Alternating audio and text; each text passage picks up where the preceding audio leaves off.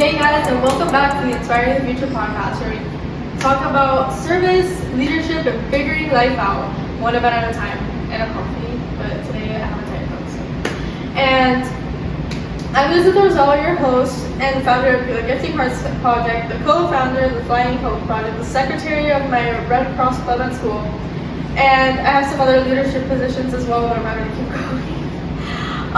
And probably I'm running on less sleep than I should be. But anyways, so today's episode is not something polished or super busy wordy speech or anything like that. It's literally just me telling you guys what really goes on at our Lotus House Overtown Drive distributions. So I'm going to talk about this specific event because it was suggested by one of our followers, Gabby Garcia.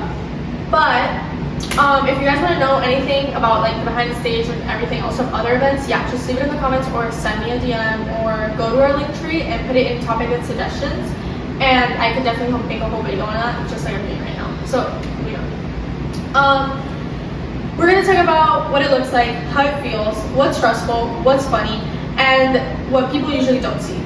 And if you ever seen a cute Instagram photo of one of our events and thought, wow, that looks so put together, this is the episode for you. And spoiler alert, it's not. It's not always that perfect. So. Segment 1, setting up the tent, the tables, and the whole chaos of it all. So first off, the tent. Setting up the tent is like the workout of the day level, like die hard. It's heavier than you always expect. We're dragging tables across the grass, the cement, or dirt, whatever it is. And there's really not one side that won't stay upright. And if you've been there, you know, one time we had one of them just completely start flying because it was super windy, and it flew into one of our other tents, and we had to go and start all over again and find little rocks to tie it down. And then we set up the stations, usually a hygiene table, food, snacks, clothing, and sometimes like a little kid zone with toys and books.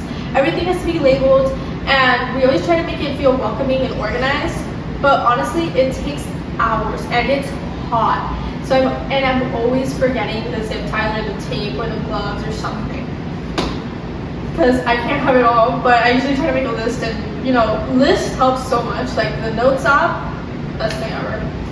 But the second you step back and see the full setup, it's worth it every single time.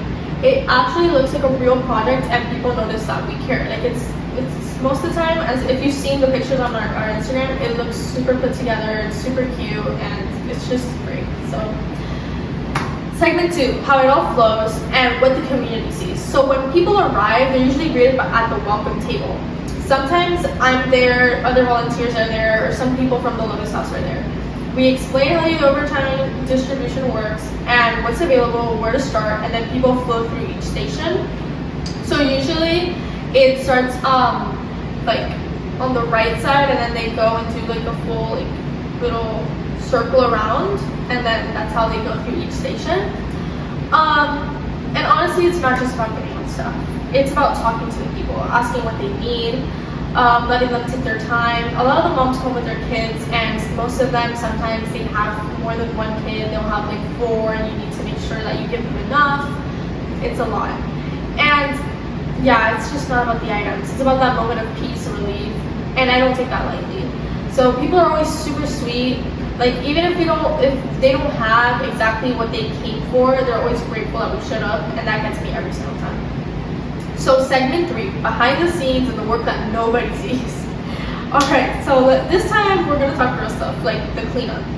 It's horrible, but it's worth it.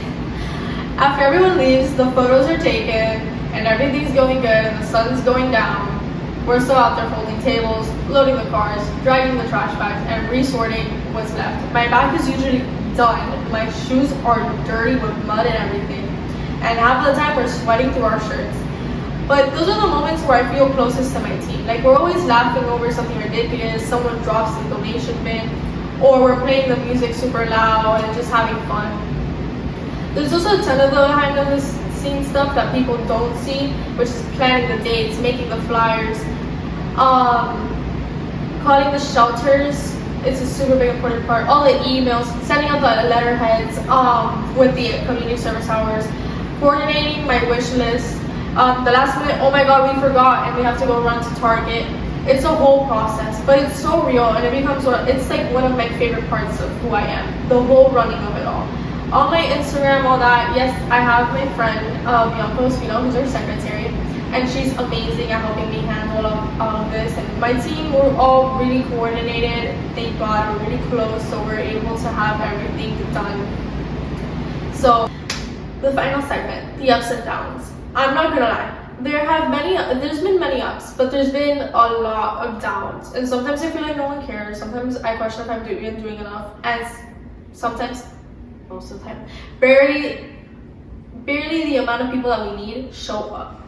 I have tried everything to put it out on social media and everything like that, and honestly, it's the people who are there at the end of the day that counts, and that's what makes me keep going. Because there's a day that this is one of my memories from going there. There's this little girl, she asked for a teddy bear, and she went and she hugged me, and she was like super happy over like this little tiny teddy bear we just brought.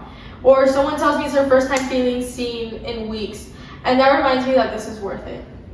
So also, I'm still learning how to lead, how to manage volunteers, how to keep faith when I'm feeling burnt out, because I do have a lot on my plate as like a student. I am doing a lot. It is true, it is a lot of work, but it's super worth it. At the end of the day, it's a result that makes you feel so satisfied with what you're doing and what makes you keep going forward. And if you're listening and you've got that same feeling that you want to start something, start it. You'll learn along the way, I promise. And if you guys ever have any questions, you can literally just DM me, send me an email, anything, and I will respond. It can literally be in the comment section. I will respond immediately. So yeah, that's really what goes down on our Gifting Hearts Lotus House over town distribution events. It's not just what it looks like, but it's what it feels like. Yes, it's messy, but it's beautiful. It's hard and it's honest. It's life-changing. And thank you for being here and listening, for caring, and follow us on IG. And if you want to help out, volunteer, hit the link in my bio on my Gifting Hearts Instagram or my Flying Hope Instagram. Currently we have a few donation events going on. We are in need of many items for the Covenant House, the Lotus House, and the One Child at a Time.